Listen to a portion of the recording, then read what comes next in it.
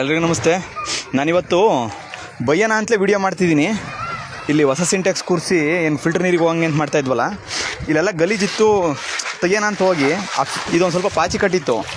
ಈ ಪಾಚಿ ಕಟ್ಟಿರೋದು ಕ್ಲೀನ್ ಮಾಡೋಕ್ಕೆ ಅಂತ ಹೋದಾಗ ನೋಡಿದ್ರೆ ಆ ನೀರನ್ನ ಓಪನ್ ಮಾಡಿ ಬಿಡ್ಕೊಂಡ್ರೆ ಎಲ್ಲಿಗೂ ನೀರು ಹೋಗ್ತಾಯಿಲ್ಲ. 2 ಪೈಪಲ್ಲಿ ನೋಡ್ರಿ ನೀರು ಹೋಗ್ತಾನೆ ಇಲ್ಲ. ಯಾಕೆ ಹಿಂಗೆ ಆಗ್ತಾಯಿದೆ? ಇಲ್ಲಿ ಯಾಕೆ ಸೆಂಟ್ರ್ ನೀರು ನಿಂತ್ಕೊತಾ ಇದೆ ಅಂದರೆ ಸರಿಯಾಗಿ ಗಾರೆನೇ ಹೇಳ್ದಿಲ್ಲ, ಸರಿಯಾಗಿ RCC ಹಾಕಿಲ್ಲ ಅಂತ ಅನ್ನಿಸ್ತು. ಅಲ್ಲ, ಈ RCC ಹಾಕಲಿಲ್ಲ ಅಲ್ಲ, ಅವ್ರಿಗೆ ಅಟ್ಲೀಸ್ಟ್ ಗೊತ್ತಾಗಲಿಲ್ವ RCC ಹಾಕ್ಬೇಕಾರೆ ಮಾಡ್ಬೇಕಾರೆ ಅಂತ ಅವ್ರಿಗೆ ಭಯನ ಅನ್ನಿಸ್ತು. ಇಲ್ಲ ಪಾಪ ಅವ್ರಿಗೆ ಯಾಕೆ ಭಯನ, ಇಂಜಿನಿಯರ್ ನಿಂತಿದ್ದು ಹಾಕಿಸ್ಬೇಕಾಯ್ತಲ್ಲ ಅವ್ರಿಗೆ ಬೈಬೇಕಾಯ್ತು ಅನ್ನಿಸ್ತು. ಇಲ್ಲ ಅವರಿಗೂ ಬೈದ್ರೂ ಪ್ರಯೋಜನ ಇಲ್ಲ. ಅವರು ಪಾಪ ಯಾರ್ಯಾರಿಗೋ ಕೆಲಸ ತಗೊಬೇಕಾದ್ರೆ ಲಂಚ ಕೊಟ್ಟಿರ್ತಾರಂತೆ, ಅವರಿಗೂ ಬೇಡ ಅನ್ನಿಸ್ತು. ಕೊನೆಗೆ ಯಾರಿಗೆ ಬೈಯೋದು, ಯಾರಿಗೆ ಹೇಳೋದು ಇದನ್ನು ಸರಿಯಾಗಿ ವ್ಯವಸ್ಥೆ ಮಾಡೋಕ್ಕೆ?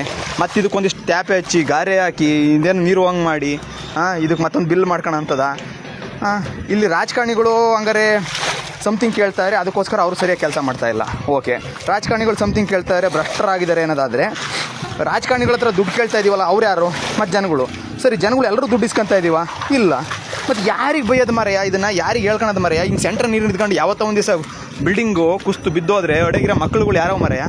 ಇಲ್ಲಿ ಯಾರಿಗೋ ಬೈಯೋದ್ರಿಂದ ಈ ಬದಲಾವಣೆಗಳು ಆಗ್ತವೆ ಅಂತ ಅನ್ನಿಸ್ತಾ ಇಲ್ಲ. ಹಾಗಾಗಿ ಬೈಯೋದು ಬೇಡ, ಸ್ವಚ್ಛಗೊಳಿಸ್ಬೇಕಾಯ್ತು, ಸ್ವಚ್ಛಗೊಳಿಸಾಗಿದೆ.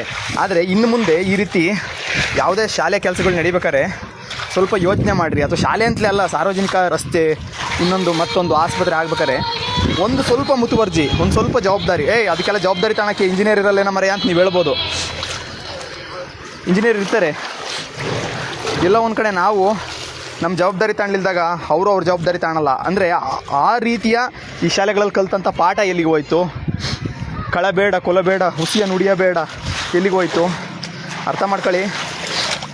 ನೈತಿಕವಾಗಿ ಅಧಪತನ ಹೊಂದ್ತಾ ಇದ್ದೀವಿ. ಈ ನೈತಿಕ ಅಧಪತನ ಮುಂದೆ ದೊಡ್ಡ ತೊಂದರೆನ ಮಾಡುತ್ತೆ.